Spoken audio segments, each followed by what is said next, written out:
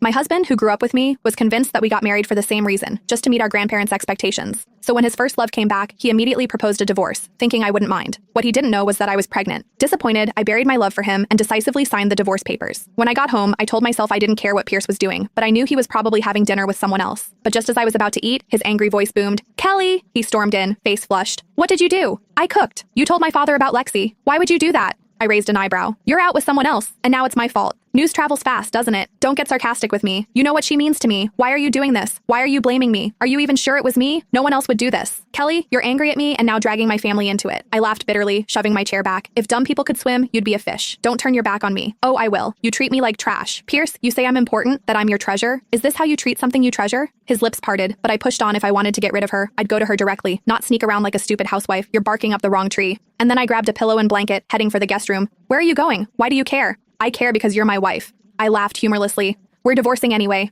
Kelly, you can't just run away. We need to talk. No, you have the problem, Pierce. He grabbed my wrists. My father is accusing me of cheating. Are you not? I asked coldly. I'm not an idiot. Kelly, have you seen me kiss her? Sleep with her? I wouldn't do that while you carry my name. Frankly, I'm not even carrying your name. I cut in. He froze. No one knows we're married. I said, don't worry. I'll tell your family I'm not happy and want a divorce. You'd do that for me? I laughed without humor for myself. He looked guilty, softer now. The man I once loved, he pulled me into an embrace, kissed my hair. I'm sorry. I lashed out. I was just worried about Lexi. My father will ruin her. You're afraid for her, but not for me, I thought. Stay here tonight, he murmured. There's no reason for us to sleep together, I said, heading to the guest room.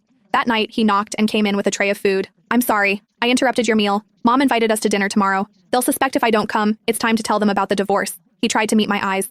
I'm sorry, Kels. I shouldn't have agreed to marry you. I knew I'd hurt you. You regret marrying me? I don't regret marrying you. I regret putting you in a position where you'd be hurt. You're my best friend. I swore to protect you, but I've hurt you instead. I looked away. He didn't even realize I loved him. At dinner, the table was tense. Pierce's mother smiled kindly at me. His father was stone-faced. Halfway through the meal, Mr. Anderson snapped, I didn't know you were such a dirty dog, Pierce. You're married and seeing with someone else? Do you want your grandmother to die early? Pierce's fists clenched, but he stayed silent. Where are your balls, Pierce? Married and still, I cut in.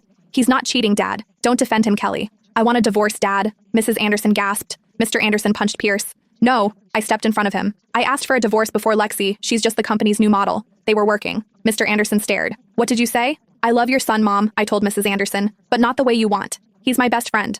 I married him for Grandma's sake, but I want to correct my mistake. Don't blame him. Silence fell until a voice behind me made my blood run cold.